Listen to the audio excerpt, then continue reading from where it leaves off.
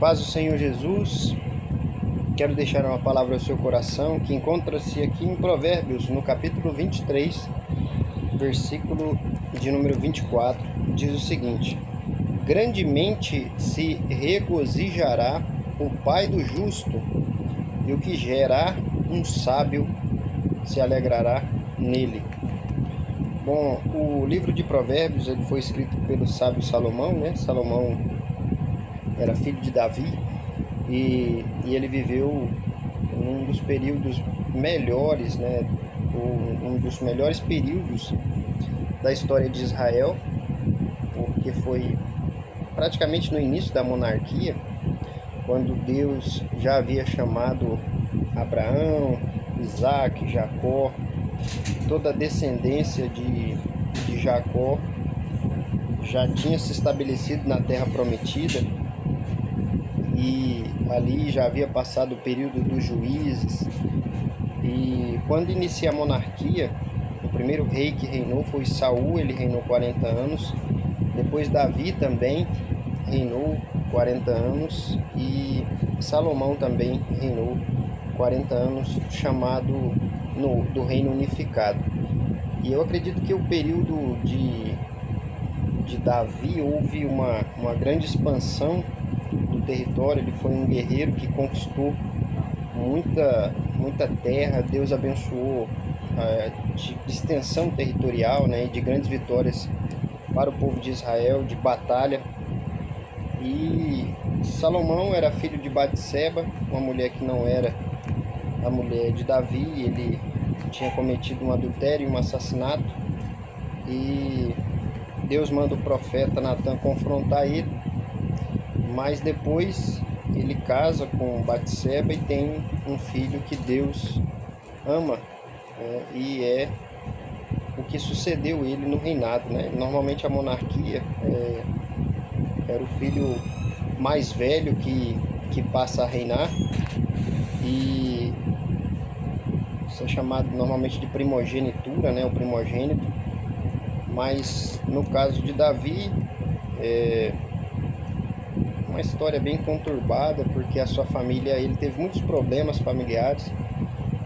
Absalão, um dos seus filhos, tentou tomar o reino, né? Mas tudo isso em consequência da vida, dos erros que Davi cometeu. É interessante que quando Salomão vai reinar, ainda criança,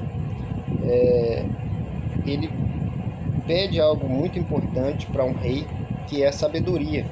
Então Deus apareceu para ele.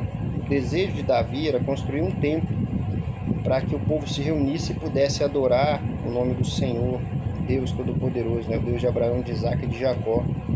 E eles então, ele pede para Deus, e tinha um profeta que até vai até ele e fala: não, o que você tem no seu coração para fazer, pode fazer, né? Na verdade, Deus manda esse profeta voltar lá e fala: ele não vai construir um templo para mim não, que as mãos dele é cheia de sangue.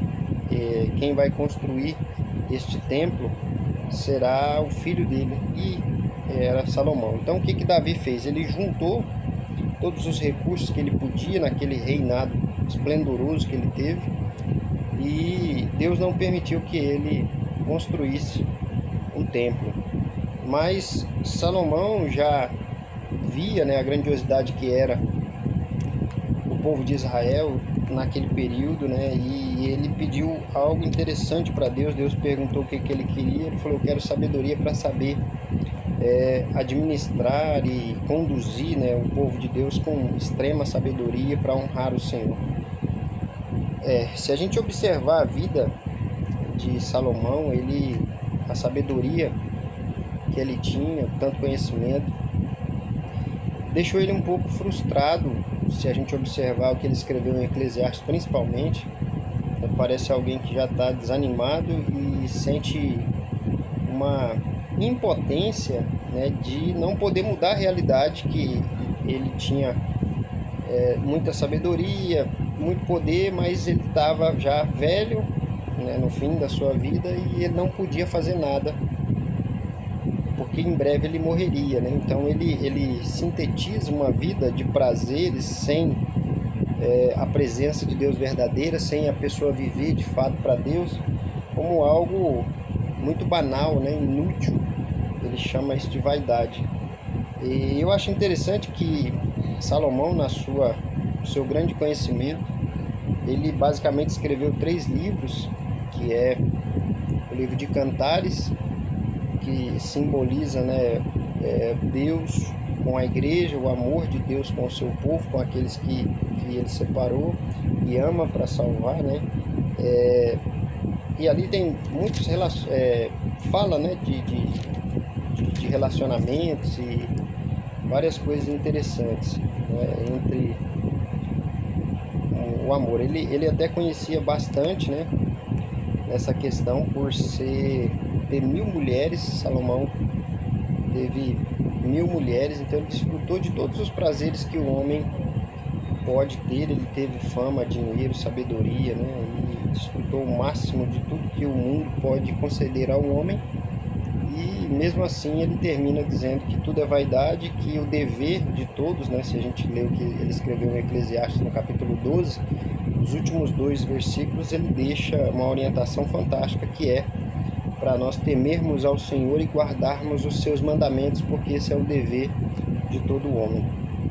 O livro de Provérbios é um livro que traz sabedoria, que traz muito conhecimento, fala de vários assuntos importantes, e o versículo 24 do capítulo 23 fala que grandemente se regozijará o pai do justo.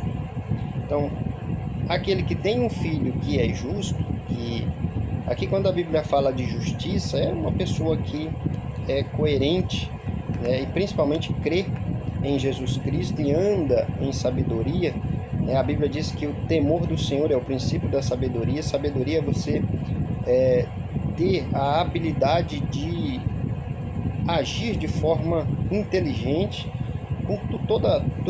Uma coisa é você adquirir conhecimento, você saber algo, e outra coisa é você ser sábio, você saber a hora de usar esse conhecimento, né? Mas quando a Bíblia se refere à sabedoria de Deus, é algo que o ser humano que serve ao Senhor, que entregou-se ao Senhor Jesus, que crê no Senhor Jesus, ele tem essa sabedoria que vem do alto, é a sabedoria de temer ao Senhor, respeitar a Deus, e automaticamente ele vai viver uma vida cheia do Espírito Santo. E aqui ele está falando que o pai de um justo, ele vai ser muito feliz, né? Grandemente se regozijará. Então, ele se alegrará bastante em ter um filho justo. E ele diz aqui: e o que gerar um sábio se alegrará nele. Porque, né, um sábio é diferente de um tolo, aquele que não tem sabedoria. E um sábio, de acordo com a palavra de Deus, é alguém que respeita a Deus, que foge do mal, que desvia do mal, como Jó, né, era um homem temente a Deus, reto, que desviava-se do mal. Então, um pai, né, de um justo, ou de alguém que é sábio, ele vai ser muito feliz pela forma que essa pessoa, que esse servo de Deus, ele vive crendo no Senhor Jesus Cristo, né, tentando ser honesto, coerente em tudo que faz. Isso é muito importante para todos nós que vivemos nesse mundo, né, que a Bíblia diz para nós cristãos brilharmos como astros no mundo, no meio de uma geração corrompida e perversa. Então, as pessoas que não temem ao Senhor normalmente tendem a viver uma vida de aparência. Na verdade, são pessoas dominadas pelo pecado, né, pela avareza, pela embriaguez, vários tipos de vícios. Essas pessoas são dominadas pelo pecado. E realmente as pessoas que são livres são aquelas que creem no Senhor Jesus e obedecem a tua palavra, guarda a palavra de Deus no seu coração para não pecar contra Deus. Então, grandemente se regozijará, se alegrará o pai do justo, né? Porque há uma diferença entre o justo e o ímpio, entre o que serve a Deus e o que não serve a Deus.